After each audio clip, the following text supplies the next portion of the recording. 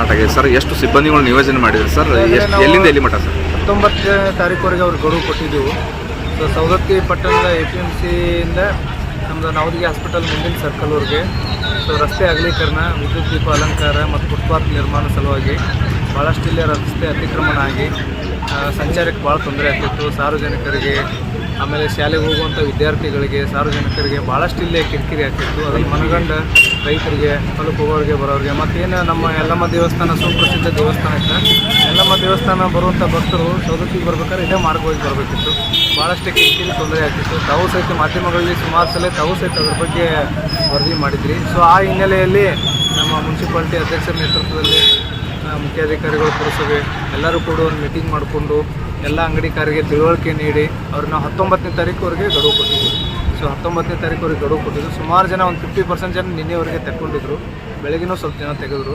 So ಒಂದು 70ರಿಂದ 80% ಜನ ಅವರೇ ಸ್ವಯಂ ಪ್ರೇರಿತವಾಗಿ ನಮ್ಗೆ ತಾಲೂಕು ಆಡಳಿತಕ್ಕೆ, ಪುರಸಭೆಗೆ ಸಹಕಾರ ಕೊಟ್ಟು ಅವರೇ ಅಂಗಡಿಗಳನ್ನು ತೆರವು ಮಾಡ್ಕೊತಿದ್ದಾರೆ. ಒಂದು 2-3 ಕಟ್ಟಡಗಳು ಮಾತ್ರ ಉಳಿದಿದ್ದಾವೆ. ಅವರೂ ಸಹಿತ ತೆಗೀರಿ, ನಮ್ದೇನು ಅಭ್ಯಂತರ ಇಲ್ಲ ಅಂತ ಹೇಳಿದ್ದಾರೆ. ಸರ್, ಎಷ್ಟು ಸಿಬ್ಬಂದಿ ನೇತೃತ್ವದಲ್ಲಿ ಮತ್ತು ಎಷ್ಟು ಪೊಲೀಸ್ ಸಿಬ್ಬಂದಿ? ಒಂದು 150 ಜನ ಪೊಲೀಸ್ ಸಿಬ್ಬಂದಿ ಅದಾರ ರೀ. ಒಂದು 70ರಿಂದ 80 ನಮ್ಮ ಮುನ್ಸಿಪಾಲ್ಟಿ ಸಿಬ್ಬಂದಿಗಳು ಅದಾರ. ಒಂದು 6 JCB ತರಿಸಿದ್ದೀವಿ ರೀ.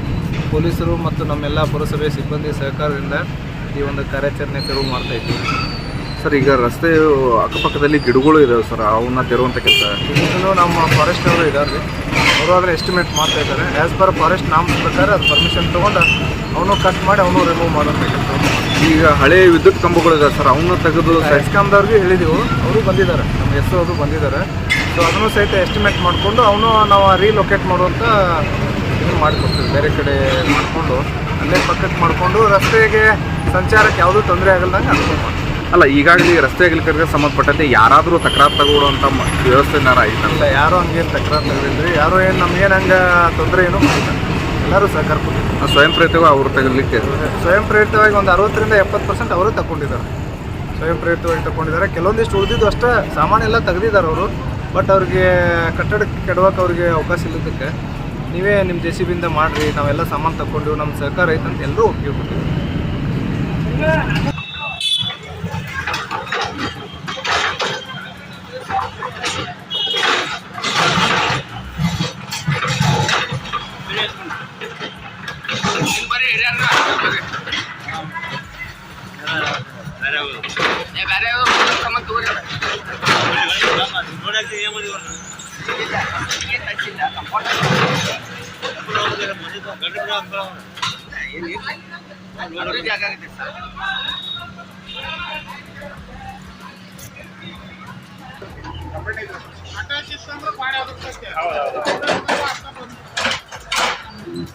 ಇವೆಲ್ಲ ಗಟ್ಟಿ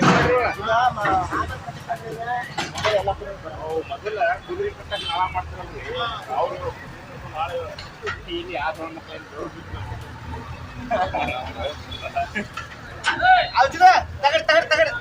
ತಗಡೆ